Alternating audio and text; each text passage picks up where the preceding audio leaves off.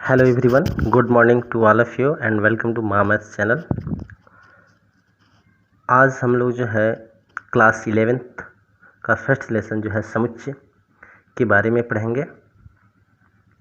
इस चैप्टर को पढ़ने के पहले मैं आपको बता देता हूं कि अगर आप जो है मैथ से संबंधित गणित पहेली या अन्य जानकारियां जानना चाहते हैं या फिजिक्स केमिस्ट्री से इंटरेस्टेड वीडियो देखना चाहते हैं आप अपने सिलेबस से, तो हमारे चैनल को सब्सक्राइब कर लें, साथ ही बेल आइकन को दबा दें और जो है प्लेलिस्ट से जाके वीडियोस देख सकते हैं।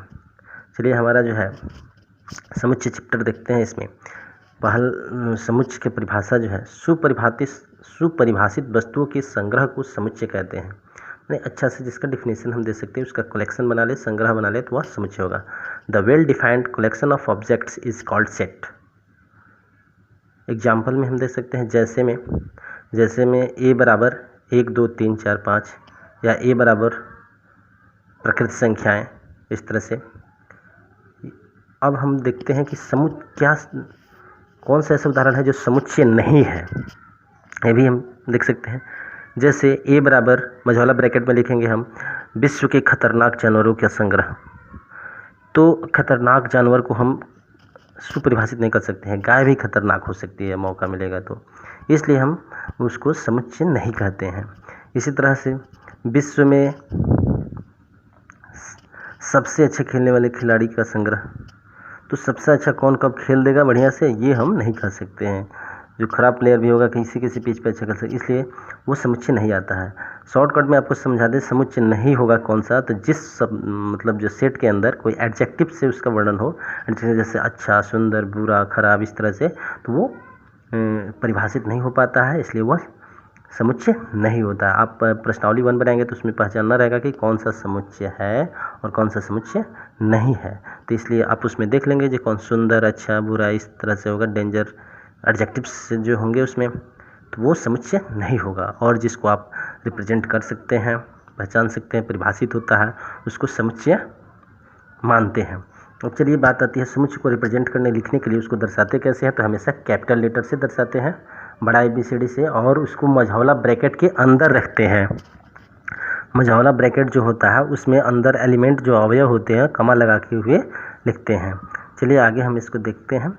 समुच्चय को लिखने की 2 विधियां हैं। पहला विधि है सारणी विधि या टेबुलर मेथड या रोस्टर मेथड भी कहते हैं इसको। सारणी विधि या रोस्टर फॉर्म या मेथड दोनों होता है, रोस्टर विधि या फॉर्म, ठीक ना। और दूसरा है समुच्चय निर्माण विधि, set builder method. Set builder method में टेबुलर मेथड हो गया, सेट बिल्डर मेथड। अब देखिए पहला विधि सारणी विधि में क्या होता है, जिस समुच्चय के अंदर जो एलिमेंट्स होते हैं, जो अवयव होता है, उसको कमा लगा के हुए हम लिखते हैं, कमा लगाते हुए। और समुच्चय निर्माण विधि में क्या होता है, इसी को जैसे ऊपर वाला हम लिख लिए, तो इसको समुच्चय निर्माण विधि में कैसे लिखेंगे, ए बराबर एक्स सच दैट एक्स एक प्राकृत संख्या है, जो एक्स सच दैट एक्स बराबर एक प्राकृत संख्या जो 5 से छोटी है, या इस तरह से लिखते हैं x is less than 6, sorry 5 तक है, 1 से 5 तक है, या एक्स इज लेस देन 6। इस तरह से समुच्चय निर्माण विधि हो गया। ये सारणी विधि में कमा लगाते हुए लिखते हैं, है ना। इसी प्रकार बहुत सारे उदाहरण आप किताब में देखेंगे, समुच्चय निर्माण विधि का सारणी विधि को रूप में लिखें या सारणी विधि को समुच्चय निर्माण विधि में लिखें, इस तरह से हम देख सकते हैं। और आपको बता दें हम, अगर कोई जैसे यहाँ पे हम सेट एक लिए हैं ए, तो ए जो है इसका अवयव है, तो एक 1 बिलोंग्स टू ए लिखते हैं, ये बिलोंग्स टू, इस तरह से सी बनाते हैं, अब बीच में फाड़ देते हैं ऐसे, तो ये जो है इसको हम कहते हैं एप्साइलन। एप्साइलन एप्साइलन एप्साइलन जो है, एप्साइलन एक यूनानी शब्द है, और ये जो है बिलोंग्स टू, इसको पढ़ते हैं belongs to, epsilon belongs to के लिए संबोधित किया जाता है, माने एक ए का सदस्य है।